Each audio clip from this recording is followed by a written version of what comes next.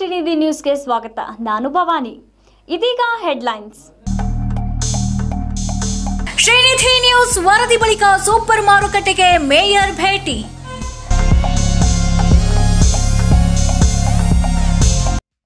ಧಾರವಾಡದಲ್ಲಿ ಮಕ್ಕಳಿಗೆ ಹೊಸ ಫನ್ ಝೋನ್ ಕಿಡ್ಸ್ ಆರಂಭ.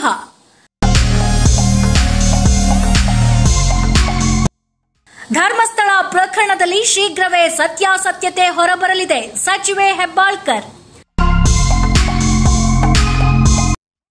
10 ವರ್ಷದಿಂದ ಈ ವ್ಯಕ್ತಿ ತಪ್ಪಲನ್ನೇ ತಿಂದು ಬದುಕಿದ್ದಾನೆ.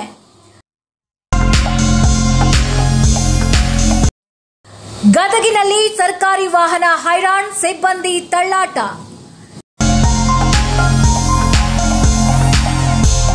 ವಾರ್ತೆಗಳ ವಿವರ. ಪ್ರತಿಭೆ ನಿಮ್ಮದು, ಪ್ರಚಾರ ನಮ್ಮದು. ಧಾರವಾಡದಲ್ಲಿ ಸೂಪರ್ ತರಕಾರಿ ಮಾರುಕಟ್ಟೆ ವ್ಯಾಪಾರಸ್ಥರ ಸಮಸ್ಯೆ ಕುರಿತಂತೆ ಶ್ರೀನಿಧಿ ನ್ಯೂಸ್ ವರದಿ ಪ್ರಸಾರ. ವರದಿ ಬೆನ್ನಲ್ಲೇ ಎಚ್ಚೆತ್ತುಕೊಂಡ ಪಾಲಿಕೆ. ಮೇಯರ್ ಜ್ಯೋತಿ ಪಾಟೀಲ್ ಮತ್ತು ಆಯುಕ್ತರು ಮಾರುಕಟ್ಟೆಗೆ ಭೇಟಿ ನೀಡಿ ವ್ಯಾಪಾರಸ್ಥರ ಅಸಮಾಧಾನಕ್ಕೆ ಸ್ಪಂದಿಸಿದರು.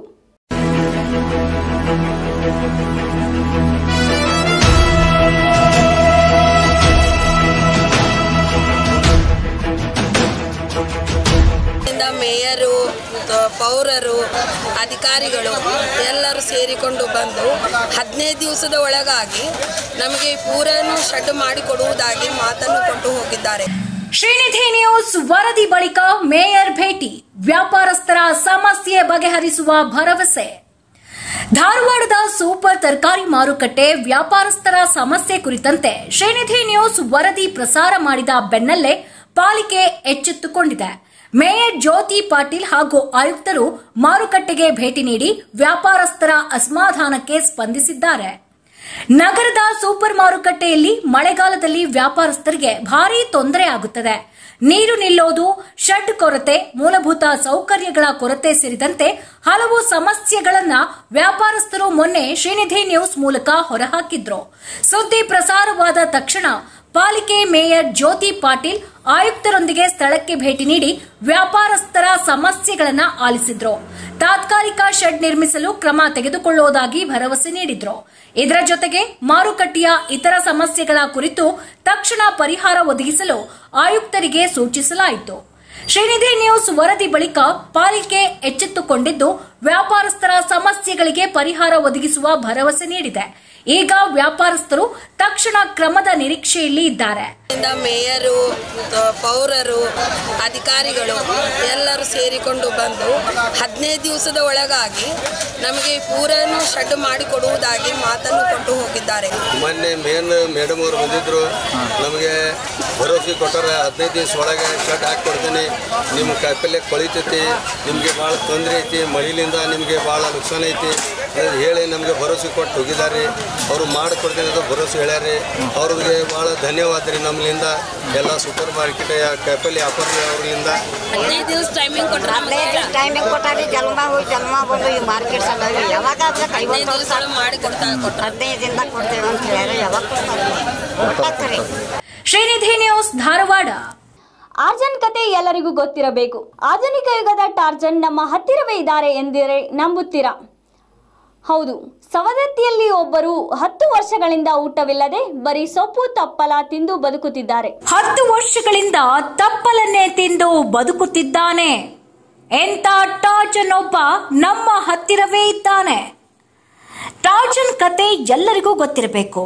ಆದ್ರೆ ಇವತ್ತು ಆಧುನಿಕ ಯುಗದ ಟಾರ್ಜನ್ ಒಬ್ಬ ನಮ್ಮ ಹತ್ತಿರವೇ ಇದ್ದಾನೆ ಅಂದ್ರೆ ನೀವು ನಂಬ್ತೀರಾ? ಹೌದು, ಸವದತ್ತಿಯಲ್ಲಿ 10 ವರ್ಷಗಳಿಂದ ಊಟ ಬಿಡಿ ತಪ್ಪಲನ್ನ ತಿನ್ನುತ್ತಾ ಬದುಕುತ್ತಿದ್ದಾನೆ. ಈ ಸ್ಟೋರಿ ನೋಡಿ.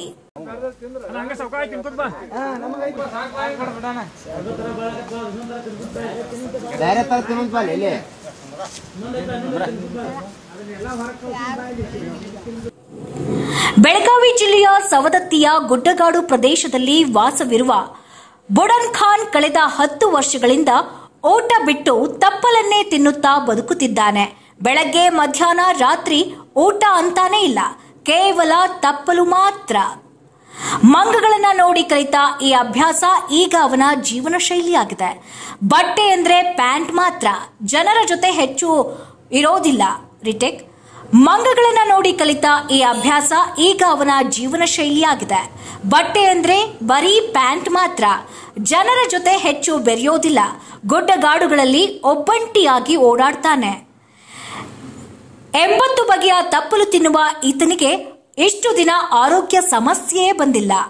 ಮದುವೆ ವಿಷಯ ಕೇಳಿದ್ರೆ ಮಾತೇ ಆಡೋದಿಲ್ಲ ಅಂತೆ. ಮನೆಗೆ ಕರೆದುಕೊಂಡು ಹೋಗಲು ಸಹೋದರರು ಪ್ರಯತ್ನ ಮಾಡಿದ್ರೂ ಫಲ ಸಿಕ್ಕಿಲ್ಲ. ಒಟ್ನಲ್ಲಿ ಹೇಳೋದಾದ್ರೆ ಹೊಟ್ಟೆಗಾಗಿ ಜನ ಬಡ್ದಾಡ್ತಾರೆ. ಆದ್ರೆ ತಪ್ಪಲು ತಿಂದು ಬದುಕುವ ಈ ಆಧುನಿಕ ಯುಗದ ಟಾರ್ಜನ್ ಕಥೆ ನೋಡಿದ್ರೆ ಒಂದು ಮಜಾ. ಶ್ರೀನಿಧಿ ನ್ಯೂಸ್, ಧಾರವಾಡ. ಗದಗ ಜಿಲ್ಲಾಡಳಿತ ಭವನದಲ್ಲಿ ಸರಿಯಾಗಿ ಸ್ಟಾರ್ಟ್ ಆಗದ ಸರ್ಕಾರಿ ವಾಹನ, ಸಿಬ್ಬಂದಿಗಳಿಂದ ತಳ್ಳಾಟ ನಡೆಸಿದ ಘಟನೆ ನಡೆದಿದೆ.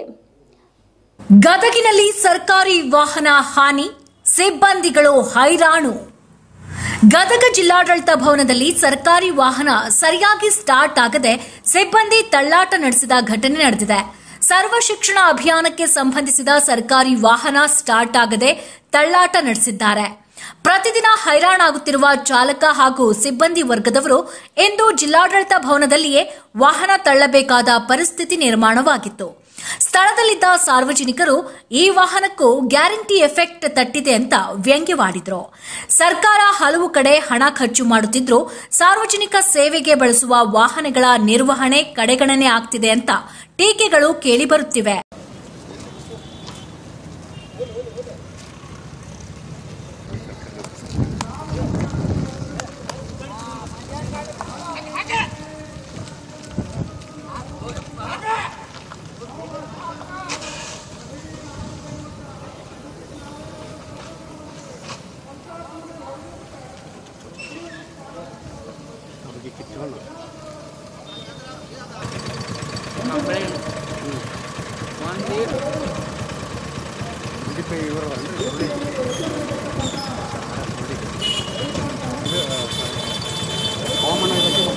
ಶ್ರೀನಿಧಿ ನ್ಯೂಸ್, ಗದಗ. ಕಲಘಟಗಿ ತಾಲೂಕು ಹಿರೇಹೊನ್ನಳ್ಳಿಯಲ್ಲಿ ದತ್ತಿ ಉಪನ್ಯಾಸ ಹಾಗೂ ವಚನ ಶ್ರಾವಣ ಕಾರ್ಯಕ್ರಮ ಜರುಗಿತು. ಹಿರೇಹೊನ್ನಿಹಳ್ಳಿಯಲ್ಲಿ ದತ್ತಿ ಉಪನ್ಯಾಸ ವಚನ ಶ್ರಾವಣ. ಕಲಘಟಗಿ ತಾಲೂಕು ಹಿರೇಹೊನ್ನಿಹಳ್ಳಿಯಲ್ಲಿ ದತ್ತಿ ಉಪನ್ಯಾಸ ಹಾಗೂ ವಚನ ಶ್ರಾವಣ ಕಾರ್ಯಕ್ರಮ ಜರುಗಿತು. ಅಖಿಲ ಭಾರತ ಶರಣ ಸಾಹಿತ್ಯ ಪರಿಷತ್ತು ಜಿಲ್ಲಾ ತಾಲೂಕು ಘಟಕದ ಸಂಯುಕ್ತಾಶ್ರಯದಲ್ಲಿ ನಡೆದಂತಹ ಈ ಕಾರ್ಯಕ್ರಮದಲ್ಲಿ ಬಸವ ತತ್ವ ಅನುಯಾಯಿಗಳಾದ ನಾಗರಾಜ ಬಿದರಹಳ್ಳಿ 12ನೇ ಶತಮಾನದಲ್ಲಿಯೇ ಬಸವಣ್ಣನವರು ಜಾತಿ ಲಿಂಗ ಭೇದವಿಲ್ಲದೆ ಸಮಾನತೆಯನ್ನ ನೀಡಿದ್ದವರಾಗಿದ್ದಾರೆ ಎಂದರು. ಶರಣರು ಬಂದ್ರ ತಿಳ್ಕೊಂಡು ನಾಗದೇವನ ಉದಾಹರಣೆ ಕೊಟ್ಟರು ದೇಸೂರವರು.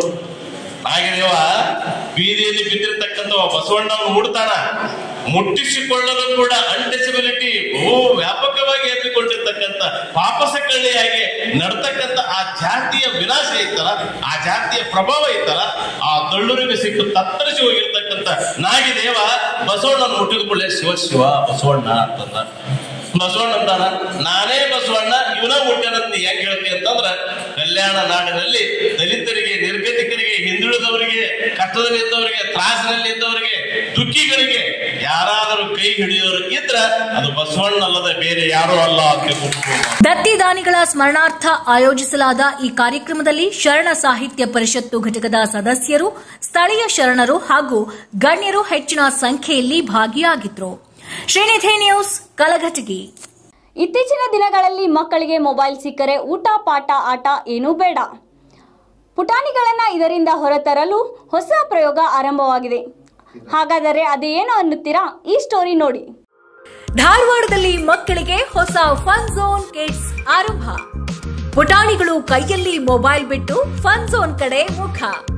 ಮಕ್ಕಳಿಗೆ ಸಂತಸ ಕೊಡಬಲ್ಲ ಫನ್ ಝೋನ್. ಇತ್ತೀಚಿನ ದಿನಗಳಲ್ಲಿ ಮಕ್ಕಳು ಕೈಯಲ್ಲಿ ಮೊಬೈಲ್ ಹಿಡಿದ್ರೆ ಮುಗಿತು. ಊಟ ಪಾಠ ಆಟ ಏನೂ ಬೇಡ. ಪುಟಾಣಿ ಮಕ್ಕಳಿಗೆ ಊಟ ಮಾಡಿಸಬೇಕಾದ್ರೆ ಕೈಯಲ್ಲಿ ಮೊಬೈಲ್ ಕೊಟ್ರೆ ಮಾತ್ರ ತಿಂತಾರೆ.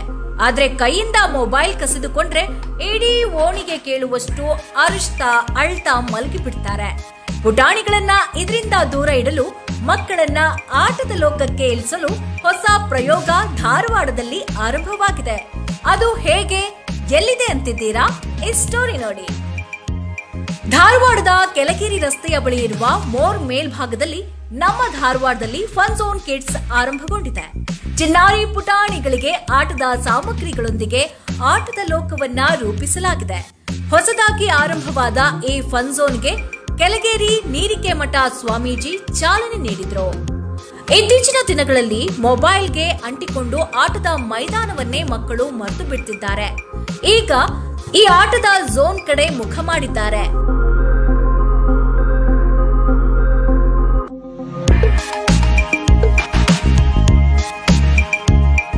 ಇವತ್ತಿನ ದಿನ ಇಲ್ಲಿ ಸಂಪಕಿ ನಗರನಲ್ಲಿ ನಾವೊಂದು ನಮ್ಮ ಧಾರವಾಡ ಫನ್ ಝೋನ್ ಅಂತ ಸ್ಟಾರ್ಟ್ ಮಾಡೀವಿ. ಇವತ್ತಿನ ದಿನ ಅಜ್ಜಾರ ಆಶೀರ್ವಾದದಿಂದ ಗುರುಗಳ ಆಶೀರ್ವಾದದಿಂದ ಸ್ಟಾರ್ಟ್ ಮಾಡಿ ಇದು ಮಾಡೋ ನಮ್ಮದು ಉದ್ದೇಶ ಏನಂತಂದ್ರೆ ಯಾವುದೇ ಹುಡುಗರು ಮತ್ತು ನಮ್ಮದೇ ಮಕ್ಕಳಾಗಲಿ ಈ ಥರ ಎಲ್ಲರೂ ಮಕ್ಕಳ ಅಡಿಕ್ಟ್ ಆಗಬಾರ್ದಂತ ಹೇಳಿ ನಾವು ನಮ್ಮ ಧಾರವಾಡ ಫನ್ ಝೋನ್ ಅಂತ ಇವತ್ತಿನ ದಿನ ಉದ್ಘಾಟನೆ ಮಾಡಿದ್ವಿ. ಇದು ಕೆಳಗೇರಿ ಮೇನ್ ರೋಡ್ ಅಂದರೆ ಡಬಲ್ ರೋಡ್ ಅಪೋಸಿಟ್ ಬರುತ್ತೆ. ಇದು ಒಂದು ನಿಮ್ಗೆ ಪೇರೆಂಟ್ಸ್ಗೆ ರಿಕ್ವೆಸ್ಟ್ ಅಂದರೆ ಇದು ಎಲ್ಲ ಥರದ್ದು ಇಲ್ಲ ಫೆಸಿಲಿಟಿ ಇದೆ. ಮಕ್ಕಳಿಗೆ ಬರ್ತ್ಡೇ ಆಗಲಿ ಬರ್ತ್ಡೇ ಕೂಡ ಸೆಲೆಬ್ರೇಷನ್ ಮಾಡ್ಬೋದು. ಫನ್ ಝೋನ್ ಕಿಡ್ಸ್ ನಲ್ಲಿ ಮಕ್ಕಳಿಗಾಗಿ ವಿವಿಧ ಚಿತ್ರಗಳು, ಬರ್ತ್ಡೇ ಪಾರ್ಟಿ, ಹಾಗೆ ಮಕ್ಕಳ ಗೇಮ್ಸ್, ಸಾಹಸ ಕ್ರೀಡೆಗಳು, ಲಕ್ಕಿ ವೀಲ್, ಶೂಟಿಂಗ್ ಸ್ಟಾರ್, ಹಾಗೆ ಜಾರುಬಂಡೆ, ಫನ್ ಜಂಪಿಂಗ್ ಸೇರಿದಂತೆ ಇನ್ನೂ ಸಾಕಷ್ಟು ಆಟೋಪಕರಣಗಳು ಲಭ್ಯವಿದೆ.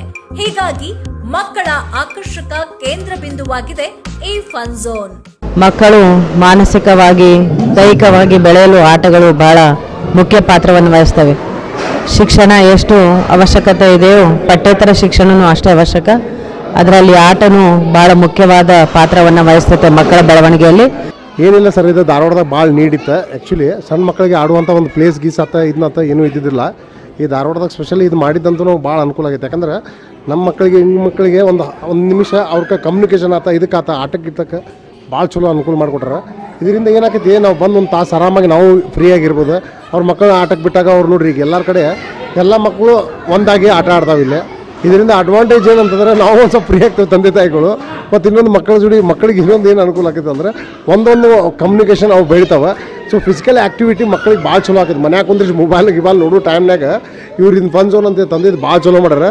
ಪೋಷಕರು ಮಕ್ಕಳನ್ನ ಆಟದಲ್ಲಿ ತೊಡಗಿಸಿಕೊಂಡಿರುವುದನ್ನ ನೋಡಿ ಸಂತೋಷ ವ್ಯಕ್ತಪಡಿಸುತ್ತಿದ್ದಾರೆ. ಧಾರವಾಡದಲ್ಲಿ ಫನ್ ಝೋನ್ ಆರಂಭವಾದದ್ದು ಮಕ್ಕಳಿಗೆ ಬಹಳ ಉಪಯುಕ್ತವಾಗಿದೆ ಎಂದು ಪೋಷಕರು ಪ್ರತಿಕ್ರಿಯೆ ಕೊಟ್ಟಿದ್ದಾರೆ.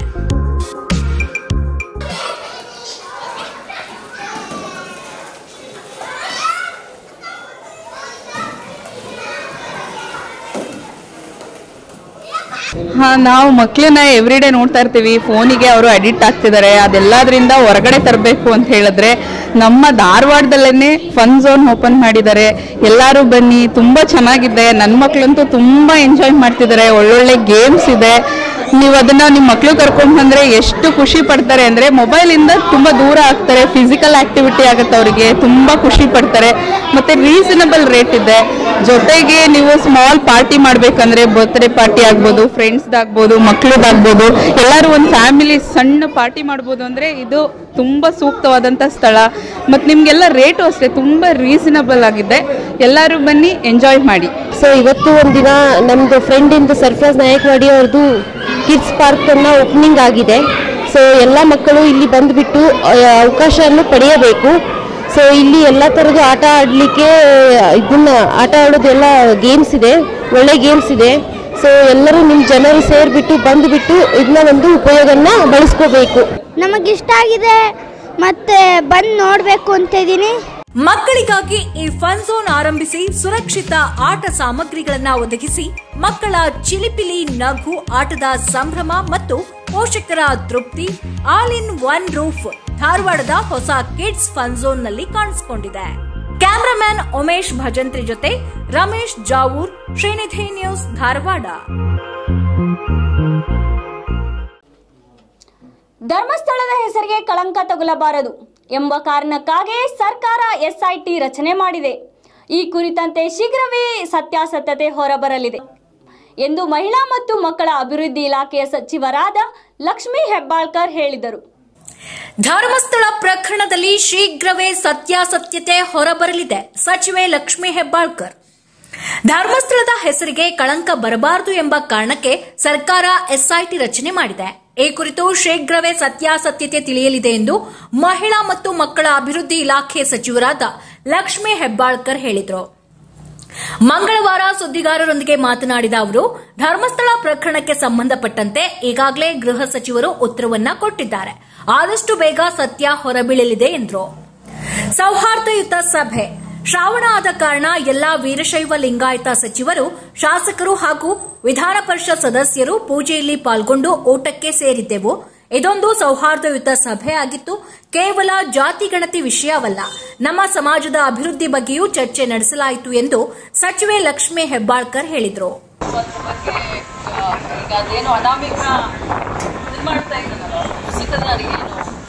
ಅಗಸ್ತ್ಯ ಇದ್ದಾನಲ್ಲ, ನಾವು ನಮ್ಮ ಉತ್ತರ ಕರ್ನಾಟಕ ಭಾಗದಲ್ಲಿ ಆ ಭಾಷೆ ಇದನ್ನು ಮಾಡ್ತಾರೆ. ಸೊ ಆ ರೀತಿ ಏನಾದರೂ ಜನಾರ್ದನ್ ರೆಡ್ಡಿ ಅವರು ಕೂಡ ಆ ರೀತಿ ಏನಾದರೂ ಸಂಶೋಧನೆ ಮಾಡ್ತಾ ಇರಬೇಕಂತ.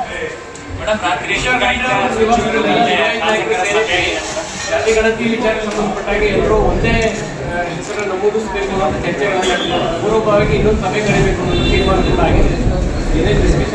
ನಿನ್ನೆ ಶ್ರಾವಣ ಸೋಮವಾರ ಮನೆಯಲ್ಲಿ ಪೂಜೆ ಮಾಡಿ ಎಲ್ಲ ನಮ್ಮ ಸಮಾಜದ ವೀರಶೈವ ಲಿಂಗಾಯತ ಸಮಾಜದ ಎಲ್ಲ ಶಾಸಕರನ್ನ, ಪರಿಷತ್ ಸದಸ್ಯರನ್ನ, ಮಂತ್ರಿಗಳನ್ನ ಊಟಕ್ಕೆ ಕರೆದಿದ್ರು. ಎಲ್ಲರೂ ಕೂಡ ಹೋಗಿ ಊಟ ಮಾಡಿದ್ವಿ. ಸೌಹಾರ್ದಯುತವಾಗಿ ಎಲ್ಲ ರೀತಿಯಾದಂಥ ಚರ್ಚೆ ಆಗಿದೆ. ಬರೀ ಜಾತಿ ಗಣತಿ ಅಷ್ಟೇ ಅಲ್ಲ, ಎಲ್ಲ ರೀತಿಯಾದಂಥ ಚರ್ಚೆ ಆಗಿದೆ. ಸೊ ನಮ್ಮ ಸಮಾಜ ಯಾವ ರೀತಿ ನಾವು ಮುಂದೆ ಬರೀಬೇಕು. ಮುಂದಿನ ವಾರ್ತೆಗಳೊಂದಿಗೆ ಮತ್ತೆ ಭೇಟಿಯಾಗೋಣ.